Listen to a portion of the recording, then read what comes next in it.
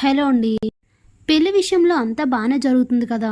శౌర్య కూడా కిడ్నాప్ అవ్వలేదు, తను సేఫ్గానే ఉంది.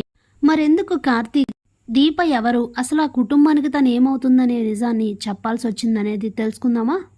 అయితే పదండి మరి వీడియోలోకి వెళ్ళిపోదాం. జ్యోత్స్న ప్లాన్ ప్రకారం శౌర్యనైతే కిడ్నాప్ చేయాలని అనుకుంటుంది. కానీ శౌర్యకి ఏమీ కాకుండా సేఫ్గానే ఉంటుంది. అది ఎలా ఏంటి అనేది నిన్నటి వీడియోలో అయితే చెప్పాను. చూడని వాళ్ళు ఎవరైనా ఉంటే ఒక్కసారి మన ఛానల్ ఉంది, చెక్ చేయండి. ఇక దీపా కార్తీక్ ఇద్దరు కూడా పీటల పైన కూర్చొని పూజ చేస్తూ ఉంటారు. ఇంతలోనే జ్యోత్స్న, పారిజాతం, శ్రీధర్ ముగ్గురు కూడా పెళ్లి దగ్గరకైతే వచ్చేస్తారు. ఇక అప్పుడే జ్యోత్స్నను చూసిన కార్తీక్కి జ్యోత్స్న నవ్వుతూ ఉండడం కనిపించి, ఏంటిది జ్యోత్స్న ఇంత హ్యాపీగా ఉంది అంటే ఏదో ప్లాన్తో రెడీగానే ఉందన్నమాట అని ఆలోచిస్తూ ఉంటాడు. ఇంతలోనే ముహూర్త సమయం దగ్గర పడుతుండడంతో పెళ్లి తంతంతా దగ్గరుండి చేయడానికి పెళ్ళికొడుకు తల్లిదండ్రులు, పెళ్ళికూతురు తల్లిదండ్రులు ఇక్కడికైతే రండి అని పంతులు గారు పిలుస్తారు. అప్పుడే దశరథ్ అక్కడికి వెళ్తూ సుమిత్రను చూస్తాడు. సుమిత్ర అయితే అక్కడికి రాకుండా అలానే ఆలోచిస్తూ ఉంటుంది. ఇంతలోనే దశరథ్, సుమిత్ర ఏమైంది నీకు, పద పంతులు గారు పిలుస్తున్నారు అని అంటే, సరే అండి అని చెప్పి దశరథ్తో పాటు వెళ్తుంది. అక్కడే నిల్చొని మొత్తం తంతంతా చూస్తూ ఉంటుంది. ఇంతలోనే దీప కూడా సుమిత్రను చూడగానే, అంతకుముందు గదిలో తనని పెళ్లి కూతుర్ని చేసేటప్పుడు జ్యోత్స్న, పారిజాతం సుమిత్రకి లేనిపోనివన్నీ గుర్తు చేసి తనపై మరింత కోపాన్ని రెట్టింపు చేసిన విషయం గుర్తు చేసుకొని బాధపడుతూ ఉంటుంది. ఇంతలో శివనారాయణ ముందే పంతులు గారికి అయితే చెప్పి ఉంచుతారు, వీళ్ళిద్దరికీ ఎంగేజ్మెంట్ జరగలేదు కాబట్టి ఇక్కడే ఆ ముచ్చట కూడా జరిపించండి. దీపా కార్తీక్లు ఉంగరాలు మార్చుకోవడం, అలాగే వాళ్ళు వీళ్ళు తాంబూలాలు మార్చుకోవడం కూడా ఇక్కడే జరిపించండి అని, దానికి సంబంధించిన ఏర్పాట్లు కూడా సిద్ధంగానే ఉన్నాయని అయితే చెప్తారు. ఇక ఆ విషయం అయితే వీళ్ళకి చెప్పి పంతులు గారు తాంబూలాలు మార్చుకోమని అయితే ఇచ్చేసరికి, ఇక తాంబూలాలు మార్చుకునే చివరి నిమిషంలో సుమిత్ర అయితే ఒక్కసారిగా వెనక్కి వెళ్ళిపోతుంది. ఏమైంది సుమిత్ర అని దశరథ్ అడిగితే, ఏమోనండి, నాకు ఇది ఇష్టం లేదు, ఎందుకో నేను ఈ విషయాన్ని అంగీకరించలేకపోతున్నాను. దీపక్ తల్లి స్థానంలో ఉండి నేను ఈ కార్యక్రమాన్ని పూర్తి చేయలేను అని అంటే అందరూ స్టన్ అయిపోతారు.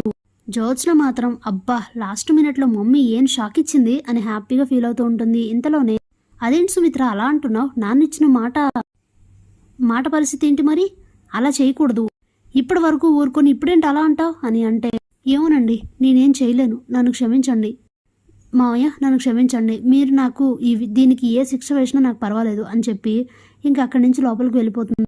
దాంతో అందరూ చాలా టెన్షన్ పడుతూ బాధపడుతూ ఉంటారు. అయ్యో నా కొడుకు పెళ్లి పందిట్లో ఇదేంటి ఇలా జరిగిందని బాధపడుతూ ఉంటుంది కాంచన. అప్పుడే దీప చాలా ఏడుస్తూ ఉంటుంది. ఇక సుమిత్రను కన్విన్స్ చేయడానికి దశరథ్ వెళ్తూ ఉంటే తనని ఆపి, నేను వెళ్ళి అత్తను తీసుకొస్తాను అని చెప్పేసి ఇక సుమిత్ర దగ్గరికి అయితే కార్తీక్ వెళ్తాడు. ఏరా ఎందుకు వచ్చావు, ఈ దారుణాలన్నీ కరెక్ట్ కాదని, ఏదైతే అదే అయింది, అయిపోయిందంతా పక్కన పెట్టేసి జరిగిన దాంట్లో మా ఆవిడ తప్పేమీ లేదు, నువ్వు వచ్చి మా ఆవిడికి తల్లి స్థానంలో నిల్చో అని చెప్పడానికి వచ్చావు, అసలు ఎలా ఆ మాట చెప్పగలుగుతున్నావు? నా పసుపు వంకాలని తుడిచేయాలనుకుంది, నా కూతురు నాకు లేకుండా చేయాలనుకుంది, నా కూతురు కోరుకున్న నిన్ను తను దక్కించుకుంది, నా కూతురు తన వల్ల పోలీస్ స్టేషన్కి మెట్లు ఎక్కింది, ఇన్ని జరిగినవి కాకుండా అలాంటి మనిషికి నేను ఎలా తల్లి స్థానంలో ఉంటాననుకుంటున్నావు, అది జరగని పని అని అంటే, అప్పుడే కార్తీక్ అయితే రూమ్ డోర్ లాక్ చేసి, అత్త జరిగిన విషయాలన్నీ పక్కన పెట్టి నేను విషయం చెప్తాను వింటావా అని అంటే, ఏంటో చెప్పు అని అడుగుతుంది. నువ్వు ఇప్పటి సుమిత్రలా కాకుండా ఒక్కసారి నేను చెప్పేది పూర్తిగా విను అని చెప్పి, దీప తన కూతురేనని, జ్యోత్స్న కారణంగా, పారిజాతం కారణంగా ఇదంతా జరిగిందని, బిడ్డల్ని మార్చిన విషయం అంతా కూడా చెప్పేస్తాడు కార్తీక్.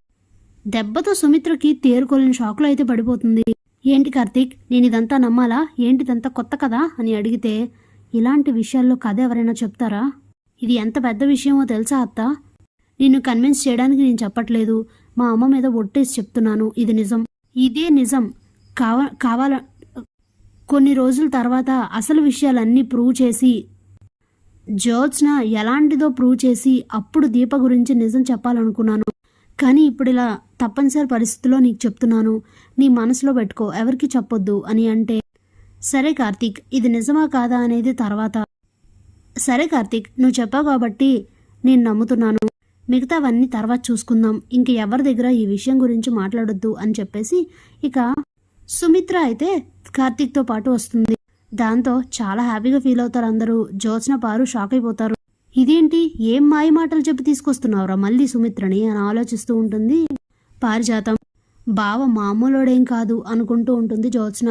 ఇక సుమిత్ర వచ్చి చాలా ఆనందంగా దీప పెళ్లిలో తన తల్లి స్థానంలో ఉండి పెళ్ళంతా జరిపిస్తుంది. అందరూ చాలా హ్యాపీగా ఫీల్ అవుతారు. ఇక అప్పుడే కార్తీక్ సుమిత్రను పక్కకు పిలిచి, ఈ విషయాలేవి ఎవరి దగ్గర చెప్పొద్దత్త, నువ్వు దీప మీద నీకున్న కోపం పోగొట్టుకో, తను నిజంగా ఏమీ చేయలేదు, తను నీ కూతురు, అర్థం చేసుకో అని చెప్పేసి అక్కడి నుంచి వెళ్ళిపోతాడు. ఇక పెళ్ళయ్యాక దీపావని తీసుకొని కార్తీక్ అయితే తన కుటుంబంతో సహా వాళ్ళ ఇంటికి వెళ్ళిపోతాడు.